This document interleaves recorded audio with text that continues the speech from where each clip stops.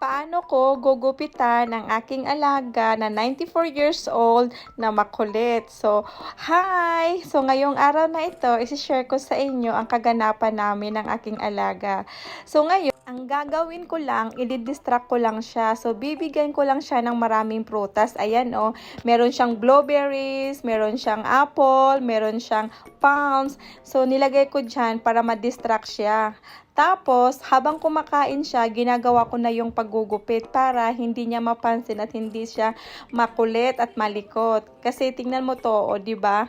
Ayaw niya talaga, ang alaga ko ay pinaka-hate niya yung galawin yung buhok niya. At ayaw niya yan kasi nga pinagkakatiwala niya yan sa parlor. So dati, every Friday kaming pumupunta sa parlor para magpapagupit, magpapakilay, magpapa-hair coloring. So ginagawa yan sa parlor. Tapos yung pedicure and manicure, lahat yan, papatanggal ng hair sa mukha, lahat yan sa parlor yan ginagawa. Hindi ko yan ginagawa sa kanya. So ngayon kasi nag-change na ang lahat dahil mahirap na rin sa sitwasyon niya. Nung nag-94 years old siya, naisip ko na hindi ko na siya dadalhin sa parlor. So ako na, yung talent ko na naman, na-discover ko na naman. Char. So ngayon, sabi ko sa anak, ako na lang, bilhan mo ako ng gunting at tapos bilhan mo ako ng pangkulay sa buhok at ako na ang gagawa ng lahat. So itong alaga ko, napapansin na niya ngayon na aba, parang may gumagalaw sa hair ko at parang may pinagputol-putol na yan sa hair ko. So talagang bilis na bilis ako. Kasi nga, paubos na yung prutas niya.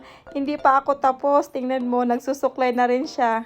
Talagang ayaw niya talaga yan. Ngaya lang, ngayon kasi, hindi na niya kayang pumunta ng parlor. Kaya niya, pero yung upuan doon, sobrang baba, tapos mahabang paghihintay, pag maraming customer, tapos wala na talaga siyang pasensya.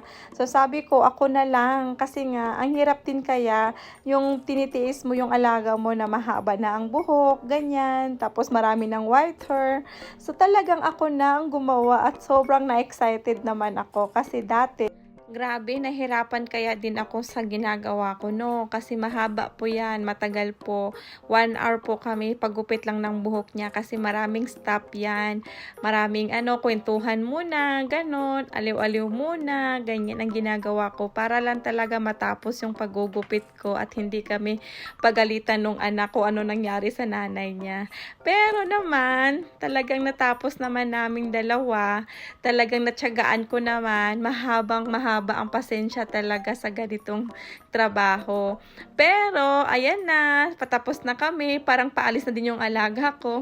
Ayun lang, share ko lang sa inyo. Yung part 2 naman nito is yung yung pagkukulay ng buhok niya. Yun naman ay talagang pahirapan din ang pagkukulay ng buhok kasi ayaw niya. So, tingnan mo yung bangs, ganda na. Talagang okay yung bangs niya. Ay, talaga naman. Ayun lang, next time ulit.